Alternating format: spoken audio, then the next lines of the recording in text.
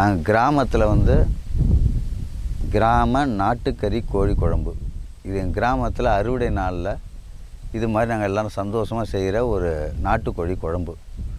அறுவடை நாளில் வந்து வயலில் சுற்றி பார்த்துட்டு 2-3 வயக்காரங்க எல்லாம் ஒன்று சேர்ந்து இந்த நாட்டுக்கறி கோழி குழம்பு நாங்கள் வைக்கிற பழக்கம் உண்டு.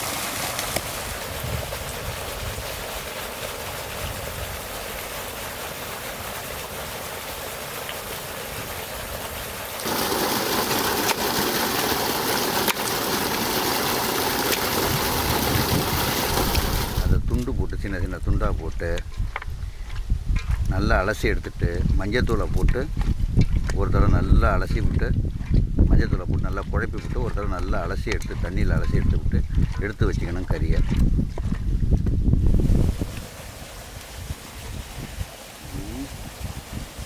போனாவன் என்னது எங்கே போனாவங்க அதுதான் அது என்ன ஊற்றணும்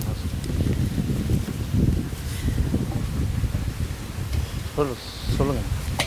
கறியை கொஞ்சம் வதக்கிறதுக்கு எண்ணெய் ஊற்றி கறி அப்படியே லேசாக ஒரு வதக்க கொஞ்சம் சுருள்ற வர அளவுக்கு ஊற்றிக்கிட்டு அதுக்கப்புறம்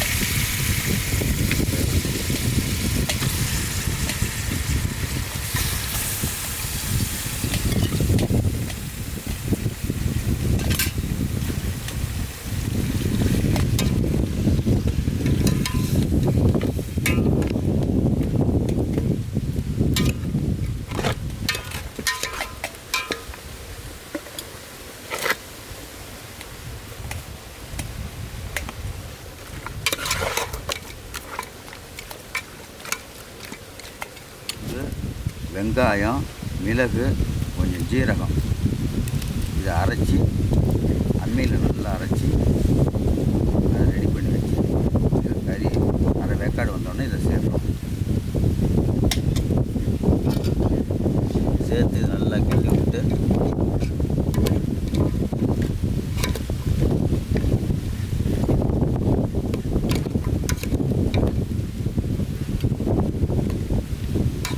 கொஞ்சம் தண்ணியை ஊற்றி கொதிக்கும்.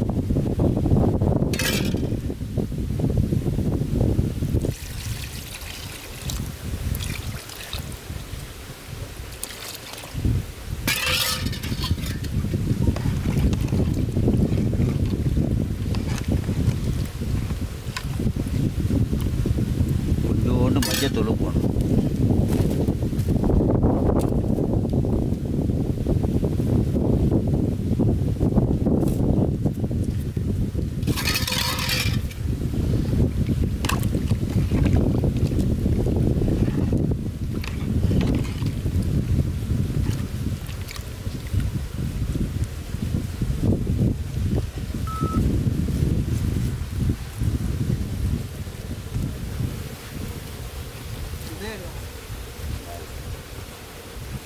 சரியா?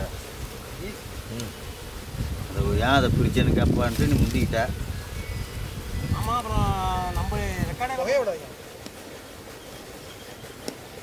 என்ன மல்லித்தூள் ஆனது? ஆ, சொல்லிட்டே போடுங்க. மல்லித்தூள்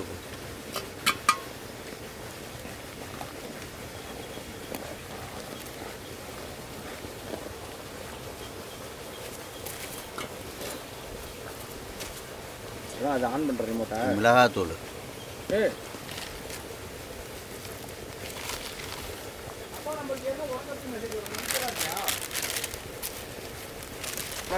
உப்பு, குழம்புக்கு தகுந்த உப்பு போடணும்.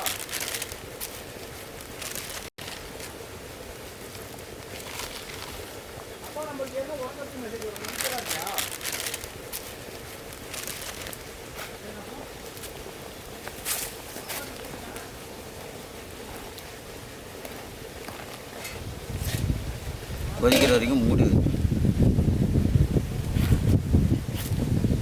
அண்ணே சொல்லுங்க.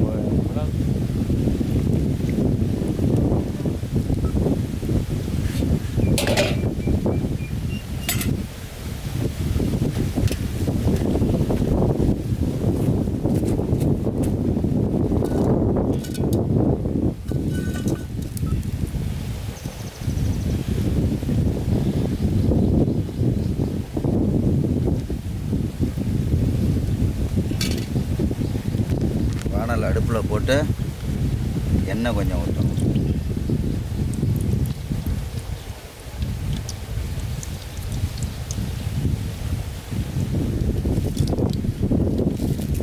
பட்டை, இலை, சோம்பு, கிராம்பு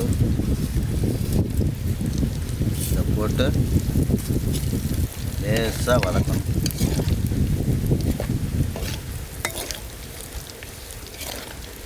இல்லை பொன்னிறமாக வர்ற அளவுக்கு இது வெங்காயம்,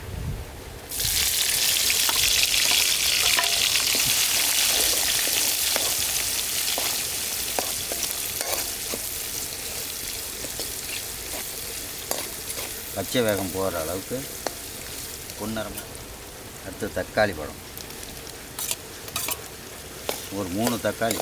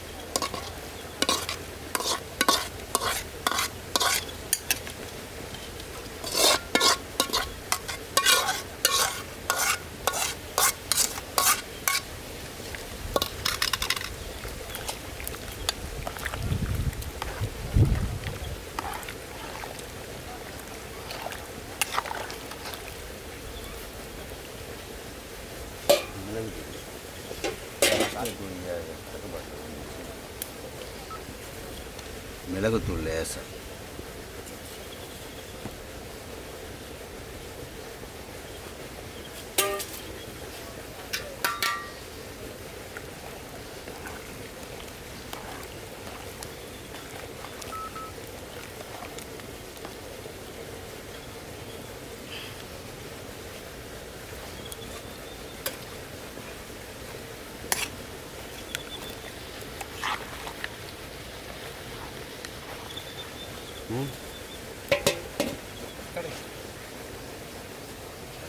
இறக்கி வச்சு கொஞ்சம் மேலே மல்லியை கொஞ்சம் லேசாக போட்டு மூடி வச்சிடணும்.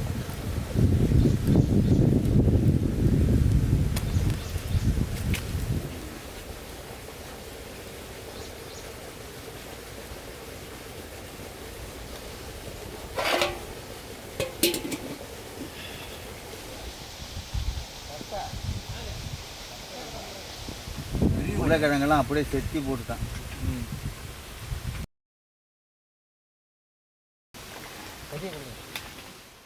இந்த கோழி குழம்பு எப்படி வைக்கணும்னா, வெடை கோழியாக, அதாவது வயசு அதிகமாகவும் இருக்கக்கூடாது, கம்மியாகவும் இருக்கக்கூடாது, அது மாதிரி வெடை கோழியாக பிடிச்சி அதை அறுத்து அதை குழம்பு வச்சு சாப்பிட்ற முறை. அது என்ன முறைன்னு நான் சொல்லணும்னா, முன்னாடி கோழியை சுத்தம் பண்ணிவிட்டு ஒரு மஞ்சத்தூளை போட்டு கோழியை நல்லா முன்னாடி அறுத்து கோழியை எடுத்துகிட்டு அப்புறம் மஞ்சத்தூளை போட்டு குழப்பி அந்த வாடையை பூரா வெளியே எடுத்துகிட்டு அந்த கோழியை நாங்கள் எடுத்துகிட்டு வருவோம். கோழி கறியை எடுத்துகிட்டு வந்து அதுக்கப்புறம் எண்ணெய் சட்டியில் அடுப்பை மூட்டி எண்ணெய் சட்டி காஞ்ச பிறகு கொஞ்சம் எண்ணெயை ஊற்றி இந்த கோழி கறியை எடுத்துகிட்டு வந்த கறியை போட்டு வதக்குவோம். வதக்கின பிறகு ஓரளவுக்கு வதக்கி முடித்த பிறகு ஒரு பாதி சுருண்டு வந்துடும். இந்த கறி சுருண்டு வந்ததுக்கு அப்புறம் கொஞ்சம் தண்ணியை ஊற்றுவோம். தண்ணியை ஊற்றிட்டு சுருண்டு வந்த பிறகு தண்ணியை ஊற்றிட்டு அதுக்கப்புறம் மிளகு, சீரகம், பூண்டு, இஞ்சி இதெல்லாம் அரைச்சி சாந்து ஒன்று செஞ்சு வச்சுருப்போம். இந்த சாந்து அதில் போட்டு அம்மியில் அரைச்சி செஞ்சு வச்சுருக்கிற சாந்தை போட்டு அதில் குழப்பி விட்டு கொஞ்சம் தண்ணியை ஊற்றிக்கும். தண்ணியை ஊற்றிட்டு கொதிக்க விட்ருவோம். கொதித்த பிறகு முக்கால் வேக்காடு வந்த பிறகு அதுக்கப்புறம் நாங்கள் என்ன பண்ணுவோம், மிளகுத்தூள், மல்லித்தூள் இதை போட்டு ஜீரகத்தூளை கொஞ்சோண்டு போட்டு கலக்கி நாங்கள் வச்சுக்குவோம்.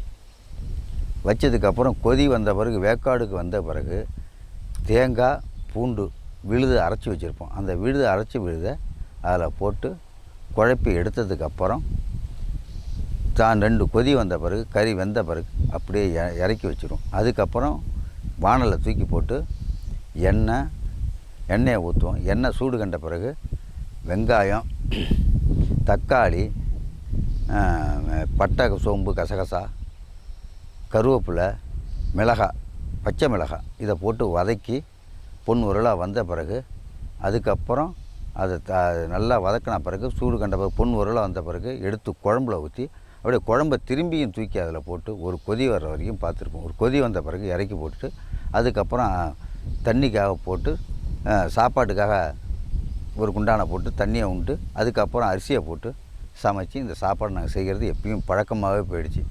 இது நாட்டுப்புற கிராம சமையல் சாப்பாடு. இது எல்லோரும் வந்து நாங்கள் சாப்பிடுவோம், ஒரு இன்ட்ரெஸ்டாகவும் போகும். இந்த சாப்பாடு நீங்கள் செஞ்சு சாப்பிட்டு பாருங்கள், ரொம்ப சந்தோஷமாகவும் நல்லாவும் இருக்கும், அருமையாகவும் இருக்கும், யாரும் ஒதுக்க முடியாத சாப்பாடு. அந்த அளவுக்கு நாங்கள் கண்ணியமாக அழகாக நல்லா சாப்பிட்டு நாங்கள் இது பண்ணுவோம். நன்றி.